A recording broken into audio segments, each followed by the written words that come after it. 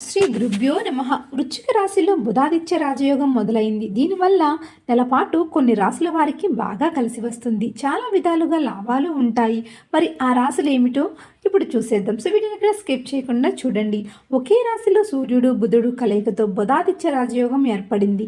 సూర్యుడు తాజాగా వృశ్చిక రాశిలో అడుగుపెట్టగా ఇప్పటికే ఈ రాశిలో బుధుడు సంచరిస్తున్నాడు.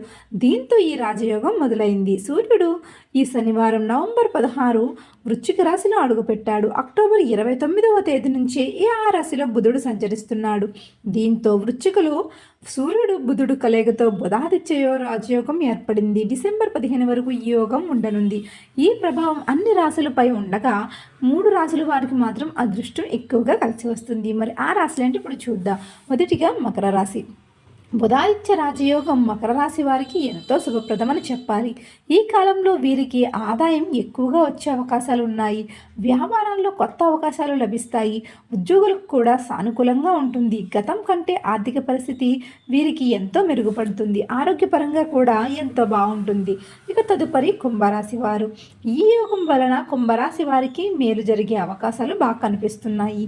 ఈ కాలంలో ఈ వ్యాపారులకు సానుకూలంగా ఉంటుంది. ఆదాయ మార్గాలు కూడా కుంభరాశి వారికి బాగా పెరుగుతాయి.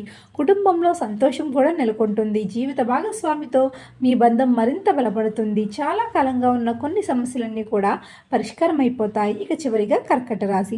బుధాదిత్య రాజయోగ కాలంలో కర్కట రాశి వారిని అదృష్టం వరిస్తుంది. ఉద్యోగస్తులకు వారి కార్యాలయాల్లో మంచి గౌరవం పెరుగుతుంది. ఉన్నతాధికారుల నుండి మంచి మంచి ప్రశంసలు దక్కుతాయి. చాలా పనుల్లో విజయసిద్ధి ఉంటుంది. వీరికి ధనపరమైన లాభాలు కూడా పెరిగే అవకాశం ఉంది. సో ఫ్రెండ్స్, చూసారుగా మరి ఈ బుధాదిత్య యోగం వలన ఏ రాశుల వారికి శుభ ఫలితాలు పొందబోతున్నారో. ఇలాంటి మరిన్ని ఆధ్యాత్మిక విషయాల కోసం మన ఛానల్ని సబ్స్క్రైబ్ చేసుకుని చూస్తూనే ఉండండి. ధన్యవాదాలు.